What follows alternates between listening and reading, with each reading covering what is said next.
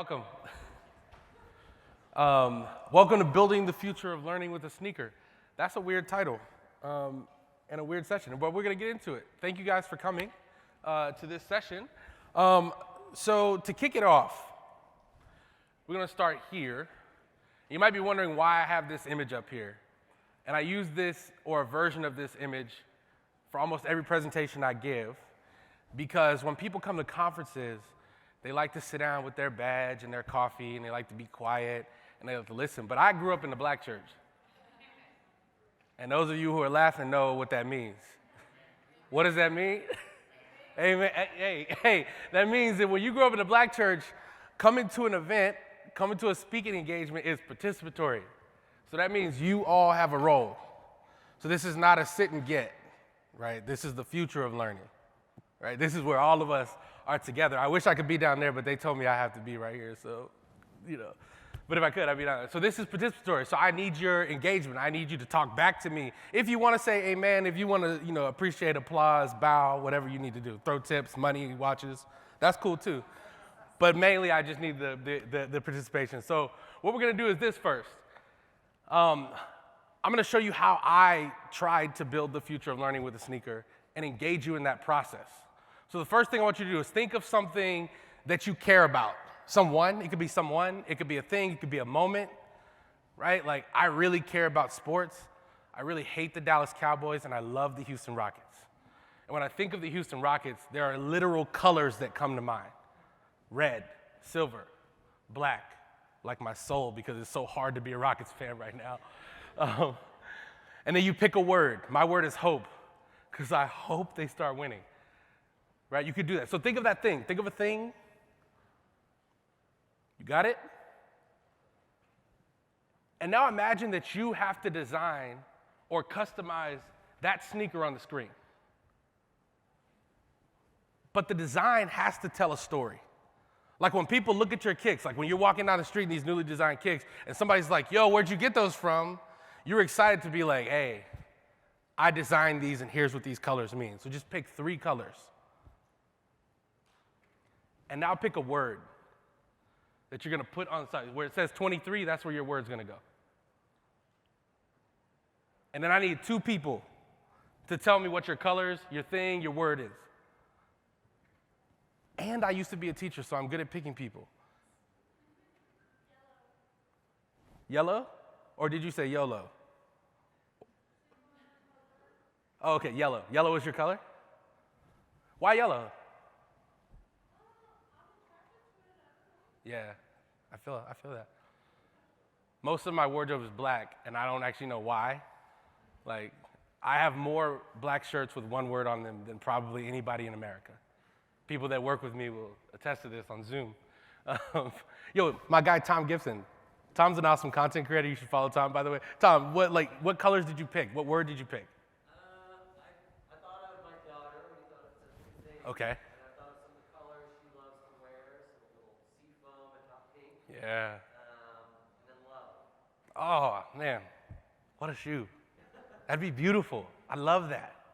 So like that little thought exercise that you engaged in actually came from something.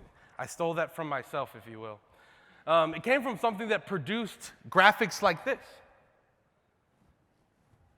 These graphics are not just tied to stories. They're actually tied to organizations, companies, people. One of them is here right now. But I'll tell you about that in just a second. So today, we're really going to do 3 things. I like to do things in 3s. I'm going to tell you about something called the Future of Learning Challenge.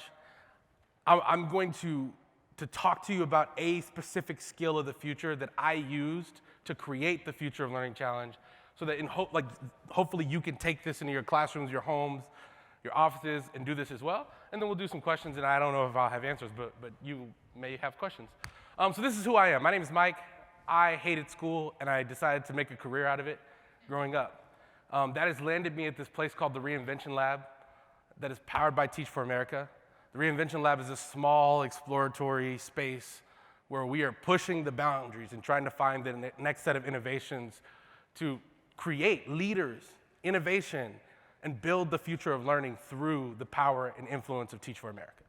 So we are dreamers, we are innovators, we are big thinkers, And we're working really hard every day. Our whole team is here at this conference. We've been doing a number of sessions and been chopping it up with a whole bunch of people. But we exist to amplify, support, and push innovation in any way that we can. I've done a lot of stuff. I've been in a lot of places, but none more fun than the Reinvention Lab. And so that's who I am. What really matters about me is actually not all of that stuff. This is more about, it like tells you more about who I am than anything else. And it also gives you the introduction to this little sneaker project. So when I was in high school, this is like what I did more than going to class. And I was allowed to do it. I was illegally flipping sneakers, candy, and burnt mixtapes. You remember LimeWire and BearShare? Some of y'all going to jail. Like, you remember? It was illegal, but we had that CD burner, and I was burning those Lil Wayne mixtapes, and I was burning those Joel Santana mixtapes. I'm ashamed of it now because of the new music, but I did it, and I sold them for $3 a piece, but if it just came out and I had the early release, it was $8, right? I had 3 guys working for me. I took 30% off the top of whatever they sold for my mixtapes. It was my little underground mixtapes and candy business, and then I made enough to buy a pair of Jordans. And I started flipping Jordans for double what I bought them for. And my principal, Paul Castro, caught me, and he said, I'm not gonna shut you down, but you must give 10% of your proceeds to charity, and you have to become an expert on every sneaker you sell. And that took me down this incredible journey of learning that sneakers are not just things you put on your feet. Sneakers are stories, they're design, they are innovation. They are a lot of things that the Reinvention Lab actually stands for where I work today. That led me to this building. Anybody ever seen this building before? This building is in Paris, and Parisians hate this building. It's called the Georges Pompidou Center. And the reason why they hate this building is because it is not aesthetically pleasing at all. Those pipes that you see, that's the plumbing and the AC on the outside of the building. And this is why Parisians hate it. If you were to if you were to zoom out, you would see these beautiful, old houses, like people like culture, right? And then there's this building in the middle. But that building produced the top grossing running sneaker of all time from Nike, the Air Max 1. The story behind the Air Max 1 is one of like daring innovation. When Tinker Hatfield, the designer, put that little air bubble, you see that little air bubble? When he put that in that drawing and took it to his design team, they were like, yo, you are crazy. Nobody wants to see an air bubble in the 80s in their sneaker. They don't want to know how their sneaker works. They just want to know that it works. And he said, it's just crazy enough to work. And have any of you ever owned a pair of Air Max sneakers? I buy a pair of Air Maxes every single year on Air Max Day. There's an official day, right? He chose to tell, yeah, Armando, you got the Air Max? Yeah, he chose to tell a story, a daring, bold story that led now what we know of as one of the greatest sneaker companies on earth to choose to innovate. And that's the spirit behind something that I and my team call the Future of Learning Challenge. These sneakers are actually real samples from that earlier shot that you saw before. So here's what the Future of Learning Challenge is. It is an 8th grade fantasy of mine where I wanted to have education organizations work with a sneaker company. And we partnered with the most amazing brand. There's a brand called 99 Products. It's started by a guy named Jeff Henderson who worked at Nike for 20 years, and then he worked at Cole Haan, and he worked at Converse. I would estimate 80% of the shoes that people wear on their feet, Jeff Henderson had something to do with. Some of his contemporaries would be like Virgil Abloh, Jason Maiden, right? Like the Fear of God people. He designed the most hyped sneaker ever, the Yeezy. And then he decided to work with us, the Reinvention Lab. It took so much convincing. I'm actually kidding. It actually didn't take convincing. I just tweeted him. I was just like, yo, have this dope idea, something with education and sneakers. Are you in? And they were like, I think so, right? And then I took them on this little journey with me, and this is what happened. So 12 organizations from the Reinvention Labs network decided to join us. These organizations are pursuing innovation at the intersection of equity. Because like, let's just be real about innovation. It's not all that special if it's not equitable, right? They decided to join us on this journey. They had no idea what they were really in for. I don't know that we knew what we were really in for as well.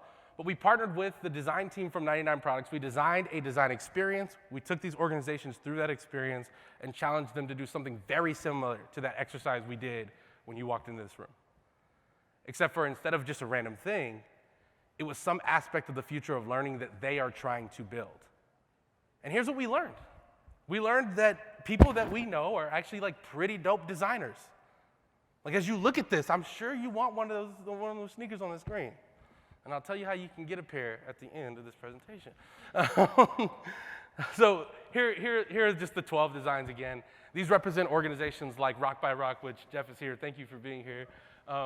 If you see that shoe with the color wheel, it's a completely customizable shoe. Like if you were to get that shoe, it would come with a pair of it would come with like crayons or like dry erase markers, and every white space on there, you could customize it. Because Rock by Rock is all about personalization.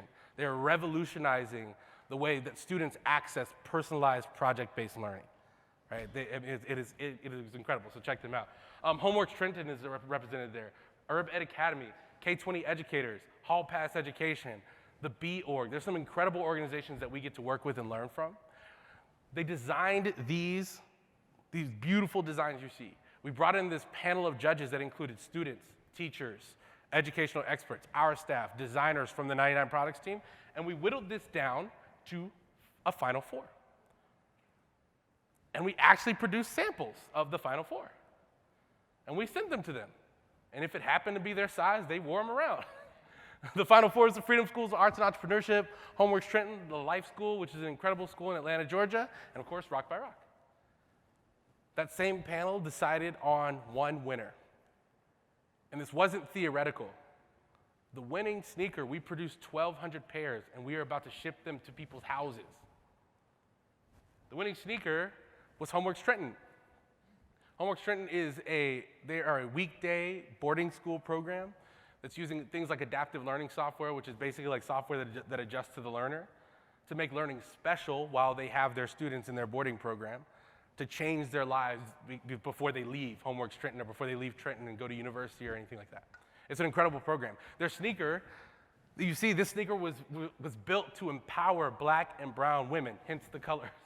It was meant to show black and brown women that you can literally do anything. And it was designed by a bunch of 15, 16, and 17-year-olds.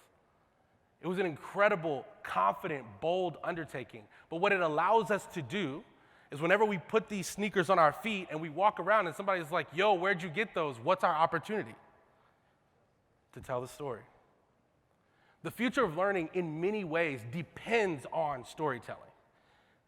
It relies on the way that we choose to carry these messages out this door, right? All of this dope stuff that you're seeing at South by Southwest means nothing if you don't go back home or get on Twitter or get on TikTok and share it with the world.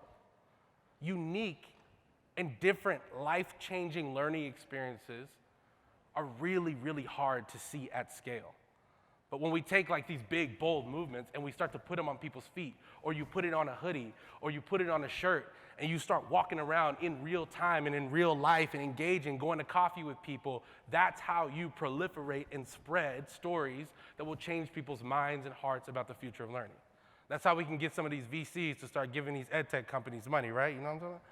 Right? Like put the story in front of their face. That's how you can convince parents to choose a different option for school. It's how you can convince school administrators that they should be trying something new. Storytelling and creative ways to tell those stories will be the linchpin that changes the future of learning. So I want you to be committed to that. And so like we are gonna do a quick Q&A. I don't know if there's any questions on the Slido, but I actually like real and raw Q&A, like live time Q&A, so like just people shouting questions or raising their hands. But before we hit this Q&A, I'm gonna give you the one skill, the skill of the future, the skill that you need to do this thing. You can do this with literally anything in the world. It is a skill that I learned very early on in my life, and I'm happy to share with everybody. It is one word. The word is association. What's that word? You didn't forget Black Church. I appreciate y'all. I was testing you. That's good. You guys passed. Association. The ability to take two things that are alike or unalike and associate them to build some product, even if people around you don't see it right away, is one of the most important skills you can develop for the future. So if a young person walks up to you and they're like, yo, like, what do I need to succeed in business? The skill of association is really, really important. We do this naturally. When people build a new startup, they say, oh, we're going to be the blank of whatever category, right? Rock by Rock, which is here, they're going to be the Netflix of project-based learning. Do you understand what that means now? Association. You're associating two things that might not be alike at face value. People may think that you are nuts when you bring up those two things. You should have seen the blank stares and the head turns from people on my own team when I was like, yo, we're gonna do something with education organizations and sneakers. There were people who didn't get it until they saw the physical sneaker themselves. And that's okay. Because the skill of association allows us to create eye-popping experiences when you pull that thing off. Association is a skill of the future, and I really want you to take, if you take nothing else from this session, you take that word with you, association. It's bold, it's hard, it's messy, but it's worth it. So now I'm gonna take questions. Any questions?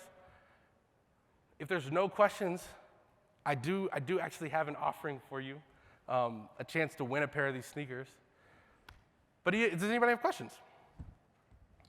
Yeah, how creativity in the space of education is necessarily easy. I can't draw, I'm not creative, blah, blah, blah. How are some of the things that you, obviously you came up with as you highlighted association, but when you face those kind of challenges, what were some of the things that you can help us kind of like, Yeah. quickly to push past that or encourage or whatever it may be? Yeah, that's a great question. So the idea of a creator, the word creator, is expanding rapidly right now. There's something called the creator economy, the creator marketplace, right? The idea, like what it takes to create today is totally different than what we thought, right? Like you just related creativity to drawing, right? Or like painting, right? Like a lot of people do that, but creating is posting a status on LinkedIn. Creating is posting a video on TikTok. Right? Creating is the outfit that you wear, right? Like you created today, you created an image when you put that outfit on, right? So when you expand the definition of creativity, it's much easier to figure out this is the problem with traditional education. This is the thing that we're trying to break free from, is that traditional education often literally puts us in boxes and tells us, like, define things very clearly. But when you expand the definition and start to use that definition, it becomes much easier. Yeah.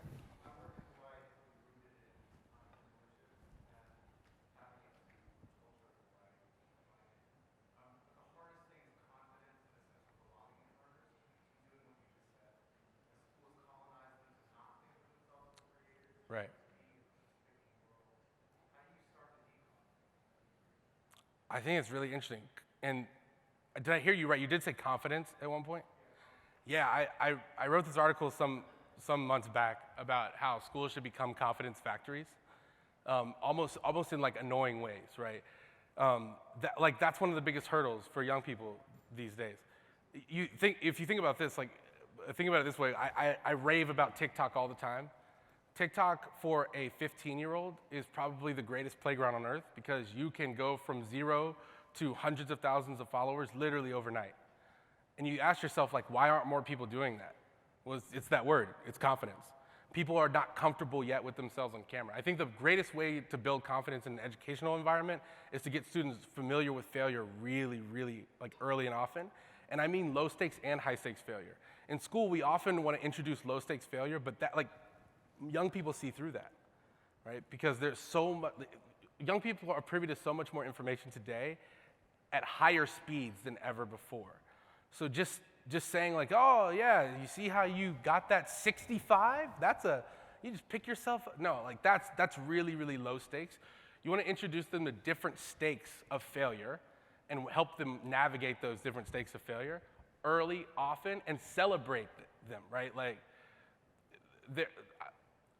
I say that with some hesitancy because, like, there's this very, like, obnoxious thing that's happening where people are now, like, glorifying failure, but, like, find ways to, like, rightfully celebrate failure without glorifying the failure and show them that it's truly part of the process and not the end of the road, right? Like, as a designer or as a researcher, Like failure is actually the way that you build great products from an entrepreneurship perspective. So I hope that was helpful. When you are living into your superpower association, which when you're saying to someone like, we're going to put this and this together and mash it up, it can sound like a fun. Mm-hmm. How do you inspire the confidence or the investment? This is something that I'm developing my theory about this. That is a great question. I think it's to fully scope out whatever it is, like to help people see. The associator, the person who's coming up with a crazy idea, you actually do have a responsibility to people around you that often feels very uncomfortable for you because you see it immediately, right? Like for me, I see ideas very fast and I flesh them out in my head really quickly. And when people don't connect the dots, my first reaction is to go, oh, like I don't understand, it's to get really frustrated. But it's where you need to step back as a creator and you need to say, oh, let me break this down into sequential steps and be really patient with people. Because this idea I actually first pitched at a school that's right down the street from here called Alpha. I pitched this 3 years ago. And I was like actually laughed out of the room. But because I didn't take the steps to say, I literally just ran in the room and was like, yo, we're gonna do something dope with like Nike and like kids designing sneakers. And they were like, how are we gonna get to Nike? Do kids even like designing sneakers? Like get out of the, but I didn't take the steps to say, oh, here's what that looks like today. Here's what it looks like a week from now. Here's the 5 things we need to do, and here's the people we need to build it, right? So you do have a responsibility to bring others along with you when you are sort of like a rapidly creative thinker. And that's something that like literally I am like actually in the process of working on like right now in this moment, right? Like here at South by Southwest. So I think it's just bringing people along the journey. That's a fantastic question. Design is not simply about broadcasting ideas to the world. It's often a deeply transformative process. Yeah. You're working through it. Will, you mentioned that some teams, their points of view on future learning changed while they were doing this. Yes. Implications on their school, their life, their businesses. Could you share maybe a story of a team that, being involved in this, their views, their point of change? I actually would like to do something that is like totally unplanned. It's okay if you don't want to. But Jeff, since you're here, would you care to share just like one sentence or 1 or 2 sentences about like how the Future of Learning Challenge prompted you to think differently about Rock by Rock? Yeah. Thank you. We're really good at very long-term communication. So trying to market our ideas and projects is really challenging for us. So the idea of trying to think visually of how to communicate something very simple with no words was actually really difficult at first. And so the act of going through that process really helped us refine what are some of the values we care most about that are most aligned with the communities we work with, and how do we distill that into a simple messaging. And so that process alone was like really transformative for us. It's just like thinking differently in a different medium about how to convey a complex message. Thank you. That's awesome. And this is also where just very quickly, like because we're out of time, we leaned on the expertise of our partners who are experts in working with the client and pulling everything out of them to get that message out, to like really go deep with our they had like coaching sessions with each organization, and sometimes rapid fires, sometimes more extended. So guys, I'm out of time. Thank you guys so much. Thank y'all for engaging me. Appreciate it.